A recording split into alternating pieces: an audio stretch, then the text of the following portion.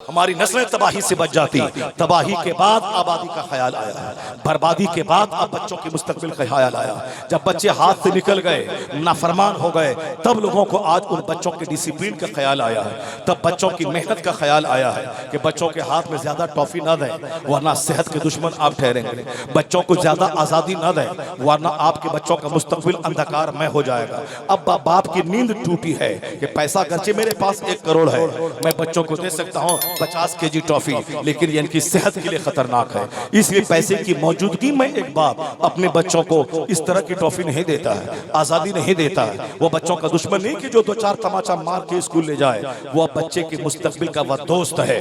बाप नहीं चाहता कि मेरा बच्चा बिगड़ जाए। सूरज की रोशनी जब जमीन पे पड़ती है तब फूल खिलता है, तब फसलें निकलती हैं, तब जमीन को एनर्जी मिलती है। जब सूरज नहीं निकले बहुत सारी फसलें जलकर राख हो जाती हैं। जब धूप तेज न हो तो फसलें नहीं पैदा होती हैं। फसलों को पैदा होने के लिए रात की चांदनी भी जरूरी है और धूप की सख्ती भी जरूरी है। फसलों को निखारने के लिए रात की तारीकी भी जरूरी है और दिन का जबरदस्त उजाला भी जरूरी है। जब सख्त धूप होती है तब पास फसलें निखर के सामने आती हैं, उसमें बालियां निकलती हैं, उसमें शानदार दाने निकलते हैं। और जहां सिर्फ नॉर्मल माहौल हो, धूप तेज न हो, वहां का पौधा बढ़ तो जाता है मगर बालियां नहीं निकलती, वहां दाने नहीं निकलते। दाने अगर निकलते भी हैं तो नाकारा निकलते हैं। जो पौधा ठंडे में रहता है वह पौधा बढ़ तो जाता है, ना अच्छा फूल निकलता है ना अच्छा फल आता है। जो पौधा धूप में रहता है जहां जल कर वो उसका पत्ता मुरझा जाता है, लेकिन सुबह सवेरे रात की तारीकी के बाद शबनम खाने के बाद सारे पत्ते हरे भरे हो जाते हैं। और सिर्फ न बारिश ही रहे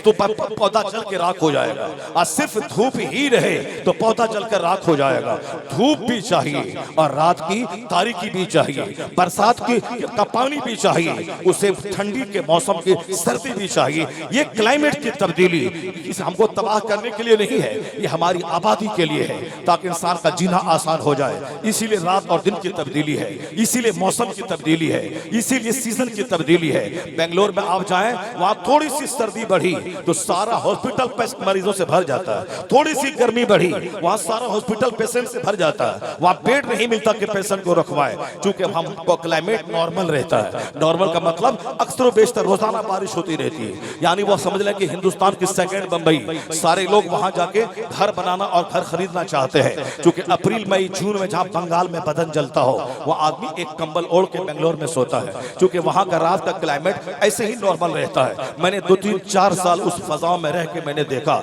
मौसम अच्छा तो है, यहाँ अप्रैल मई जून अगर बदन जले तो बेंगलोर भाग जाए, लेकिन वह मौसम उतना उम्दा नहीं होता है। वह सेहत का दुश्मन है। वह मौसम जहां धूप शिद्दत से न आए, जहां बदन नहीं जले, जिस तरह हमारे बिहार बंगाल नॉर्थ में होता है। धूप है तो जबरदस्त धूप, बारिश है जबरदस्त बारिश, सर्दी है कड़ाके की सर्दी। इस बदन को कड़ाके की सर्दी भी चाहिए ताकि नजला जुकाम के रास्ते से जॉन्डिस की बीमारी का खात्मा हो जाए। इस बदन को गर्मी का पसीना भी चाहिए ताकि पॉक्स के दाने बदन से निकल जाए और बरस की बीमारी की जगह कट जाए। इस बदन को बारिश का पानी भी चाहिए ताकि अंदर के जितने फासिद मवाद हैं वह सब निकल जाए। बारिश का अपना फायदा है, सर्दी का अपना फायदा है, गर्मी का अपना फायदा है, रात का अलग फायदा है, दिन का अलग फायदा है। ये जब बात समझ में आ गई, एक अच्छा फल पौधा निकालने के लिए गर्मी और सर्दी दोनों का इम्तिजाज चाहिए, दोनों का मिश्रण चाहिए। तो एक अच्छी औलाद के लिए उसे सिर्फ दौलत की फरावानी नहीं बल्कि उसको बाप की सख्ती चाहिए, माँ का प्यार चाहिए। माँ कभी प्यार दे और बाप कभी मार दे। यानी एक बच्चे के मुस्तकबिल को संवारने में सिर्फ प्यार अगर हो तो बच्चा तबाह हो जाएगा। उसको माँ का प्यार भी चाहिए और बाप सूरज की तरह उस बच्चों पे अपनी गर्म किरणों को डालता है। वो अपने कसीले चेहरे को दिखाता है, आंख दिखाता है, उसे 2-4 तमाचा मारता है। तो बाप की सख्ती कैरेक्टर बिल्डिंग में अहम रोल अदा करती है और माँ का प्यार बच्चों की कैरेक्टर बिल्डिंग में अहम रोल अदा करता है। जब दोनों चीजें मिल जाती हैं तब एक बच्चों का मुस्तकबिल संवरता है। उसी तरह औलाद की तरबियत में बेजा लाड प्यार बच्चों को बर्बाद कर देता है। बेजा बच्चों की तरफदारी ये बच्चों के मुस्तकबिल को तबाह कर देता है। तो आज ये सारी बातें जो आज करोड़ों रुपए खर्च करके आज के दानिश्वरों से लिखवाई जा रही है, ये एहसान इस्लाम का है। ये माँ की गोद से लेकर कब्र की गोद तक जिन जिन बातों की जरूरत थी वो सारी बातें मुस्तफा ने पहले हमें अता फरमा दिए हैं। जरूरत है कि मुसलमानों का बच्चा बच्चा अपने पैगंबर को पढ़े। जरूरत है कि आज मुसलमानों की हर बेटियां हर बीवियां अपने पैगंबर आजम की तालीमात को हासिल करें। आज जरूरत है कि हमारे घर में अखबार बाद में पढ़ा जाए, पहले हुजूर की हदीस पहले पढ़ी जाए। जरूरत है कि आज मेरे घर में पॉलिटिकल चर्चा बाद में हो, पहले मजहब का चर्चा पहले हो, वरना खाना पीना कमाना और मर जाना ये काम तो जानवर भी करता है, ये काम तो हिंदूज भी करते हैं, ये काम तो क्रिश्चियन भी करता है, ये काम यहूदी भी करता है। मुझसे ज्यादा दौलत है उसके पास है, मुझसे ज्यादा 50-50 करोड़ के महल उसके पास है, मुझसे ज्यादा कीमती 10 करोड़ की गाड़ियां उनके पास हैं। जो गाड़ी 40 करोड़ मुसलमान में किसी के पास ना हो, वो गाड़ी उनके पास है जो हमारी जबान में जहन्नमी है।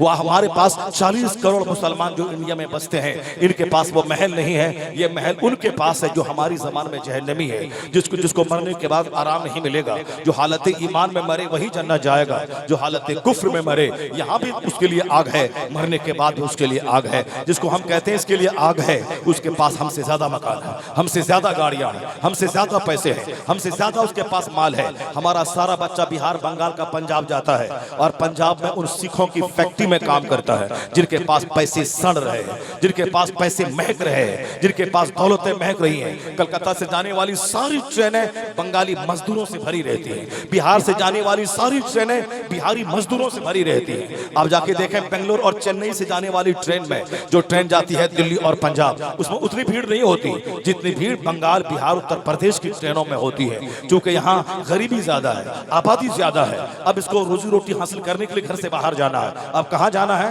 ये रुख नहीं करते हैं दूसरे शहरों का, ये रुख करते हैं पंजाब का, जहाँ फैक्ट्री की भरमार है, जहाँ खेती बाड़ी करने वाले मजदूरों की तलाश है, जहाँ कोई भी 50 आदमी जिस वक्त चला जाए सबको काम मिलता है। वहाँ की फैक्ट्री किसके पास है? उसी के पास जो मेरी जबान में जहन्नम जाएगा। आज बम्बई सारे लोग रुख करते हैं, सबको काम मिल जाता है। इतने बड़े काम के डिपार्ट हो गए हैं अलग अलग, तामीरात का अलग है, इंटीरियर डेकोरेशन का डिपार्ट अलग है, सब रंग पेंट का डिपार्ट अलग है, ग्रिलिंग का डिपार्ट अलग है, अब साहब वो स्टील का की खिड़की का अलग डिपार्ट कायम है। यानी अब वाल में पेंट करना, उसमें नक्शो-निगार बनाना, फॉल्स सीलिंग बनाना, ये सब अलग अलग डिपार्ट हो गया। पैसे चारों तरफ बिखरे हुए हैं, सिर्फ कमाने वाला चाहिए। और ऐसे माहौल में अगर कोई पैसे कम है उसकी शिकायत करे, ये समझ ले कि काम चोर है, ये बुज़दिल है। जबकि हर तरफ पैसे बिखरे हैं, उसके लिए मेहनती चाहिए। वह रात में नींद कुर्बान कर दे, वह दिन में मेहनत करे, दिमाग लगाए, फिर पैसे की बारिश हो जाएगी। यहाँ से मजदूर बन के बंबई जाता है,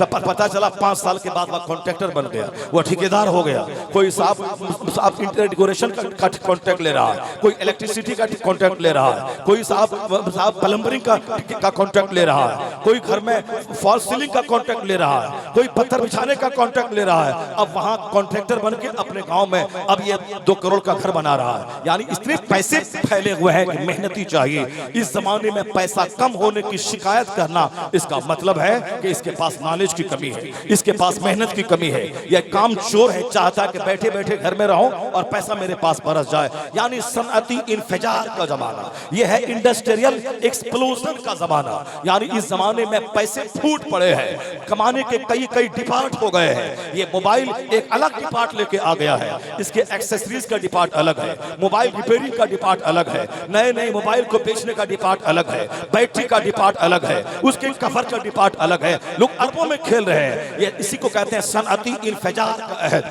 यानी इंडस्ट्रियल एक्सप्लोजन का एक धमाका हो गया है। यानी जिस तरफ दौड़े हर तरफ पैसा बुला रहा है, आओ इधर इस डिपार्ट को टच कर जाओ। ऐसे में कोई गरीबी की शिकायत करे, उससे बड़ा काम चोर कोई नहीं होगा। इसके जमाने में हमसे ज्यादा पैसे उनके पास हैं जिसको हम अपनी जबान में जहन्नमी कहते हैं। अब जबान जहन्नमी कहते हैं क्योंकि उनके पास मेहनत ज्यादा है, दुनिया कमाने का हुनर ज्यादा है, उनके पास माल ज्यादा है। मेरे पास क्या है? मेरे पास एक चीज है जो सबसे बड़ी चीज है, जो किसी के पास नहीं थी।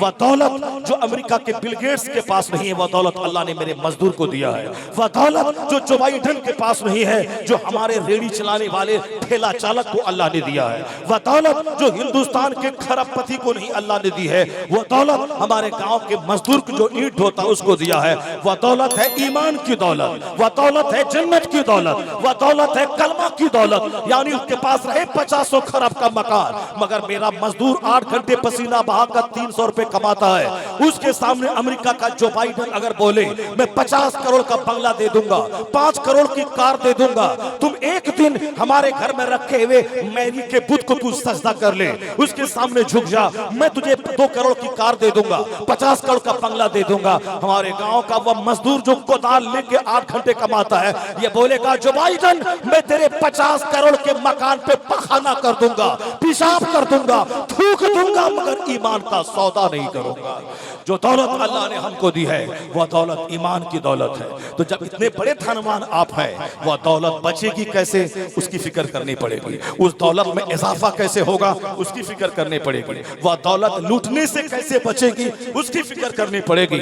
वरना दुनिया में बेशुमार लोग हैं जो कल मोमिन थे आज काफिर हो गए, बेशुमार लोग हैं जो कल सुन्नी थे आज गैर सुन्नी हो गए, बेशुमार लोग थे जो कल आला हजरत के फॉलोवर थे वह मरने से पहले पहले वहाबी नजदीक की गोद में चले गए। इसकी फिक्र करनी पड़ेगी। मकान नहीं दिया अल्लाह ने, नहीं दे मकान, मगर ईमान की दौलत जो अल्लाह ने अपने करम से दिया है वह ईमान की दौलत बचती रहे, वह ईमान की दौलत सही सालिम रहे, वह ईमान की दौलत में इजाफा हो, वह ईमान की दौलत खत्म न होने पाए। यही सोच एक मोमिन की होनी चाहिए। न हम काफिरों का क्या मुकाबला कर पाएंगे, इतनी दौलत तो उसके पास है कि 1000 साल तक मैं जिंदा रहूं और रोजाना 1 लाख रुपए कमाऊं, फिर भी मैं उसका मुकाबला नहीं कर पाऊंगा। लेकिन जो दौलत अल्लाह ने हमको दे दी है इसका मुकाबला दुनिया का सारा काफिर मिलकर नहीं कर पाएगा।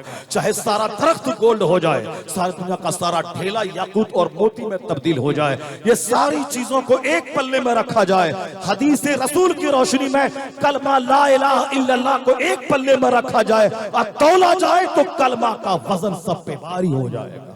वह दौलत अल्लाह ने मुझको दी है तो अपने बच्चों को सबसे पहले कलमा सिखाएं, वह दौलत को बचाने की फिक्र बताएं। ऐसा नहीं कि नौकरी के शौक में वह ईमान की दौलत लूट जाए, वह ऐसा नहीं कि छोकरी की तलाश में वह ईमान की दौलत खत्म हो जाए, ऐसा नहीं कि एक बिल्डिंग की तलाश में वह ईमान खत्म हो जाए। आज जो ईमान सबसे बड़ी दौलत, वह दौलत लूटा के एक घर बनाना, वह दौलत लूटा के एक लड़की से शादी करना, वह दौलत लूटा के एक लड़के से शादी करना, वह दौलत लूटा के एक फैक्ट्री बनाना, ये अक्लमंदी नहीं, उससे बड़ा अहमद, उससे बड़ा गधा कोई नहीं है।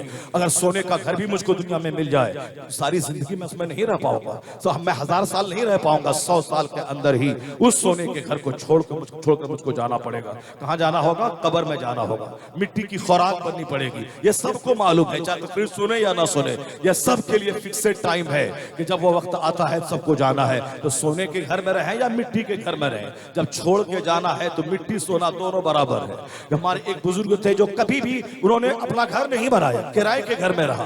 मुरीद कहते थे हुजूर अपना घर क्यों नहीं बनाते हैं, आप हुक्म थे मैं आपके लिए अपना घर में बना के दे दूं। कहा बेटा जब मकान छोड़ के दुनिया से जाना ही है तो अपना घर रहे वही बात है, किराए में रहो वही बात है। जब छोड़ के ही जाना है तो अपना घर किराए का घर दोनों बराबर है। और फिर अपना घर अगर होगा उसे छोड़ के जाने में ज्यादा तकलीफ होगी, क्योंकि जिस काम को बनाने में, जिसके बनाने में मेहनत लगती है, पैसा लगता है, दिल जिसमें अटका रहता है, उसको छोड़ने में भी उतना ही मलाल होता है।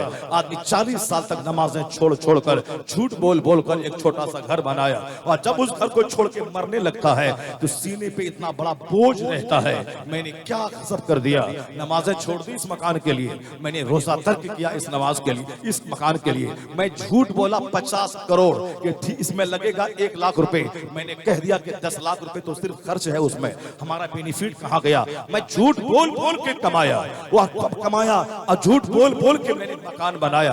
आज ये मकान मेरे साथ नहीं जा रहा है, मेरे बच्चे इस मकान में रहेंगे, अब मैं कब्र में जा रहा हूँ। बहुत जबरदस्त सदमा होता है, ऐसा सदमा का अगर वह बयान करे तो जमीन फट जाए, उनका सीना फट के उनका सदमा सीने से बाहर निकल जाए, क्योंकि फरिश्ता उसको पकड़े रहता है ताकि उसकी बेचैनी घर वालों पे जाहिर ना हो। वरना ऐसा मरने वाला चीख का चिल्लाता है कि फरिश्ता अगर नहीं पकड़े तो घर के सारे लोग घर छोड़ के जंगल भाग जाए, कोई उसको नहलाने वाला ना मिले, कोई उसकी कब्र खोदने वाला ना मिले, कोई उसको कफनाने वाला नहीं मिले। रूह निकलते वक्त ऐसी तकलीफ होती है जैसे 100 तलवार से किसी को मारा हमला किया जाए, उसमें उतना दर्द नहीं होता जितना दर्द रूह निकलते वक्त होता है, मगर उसका इजहार नहीं होता क्योंकि फरिश्ते उसको पकड़े हुए रहते हैं, फरिश्तों के कंट्रोल में वो शख्स रहता है।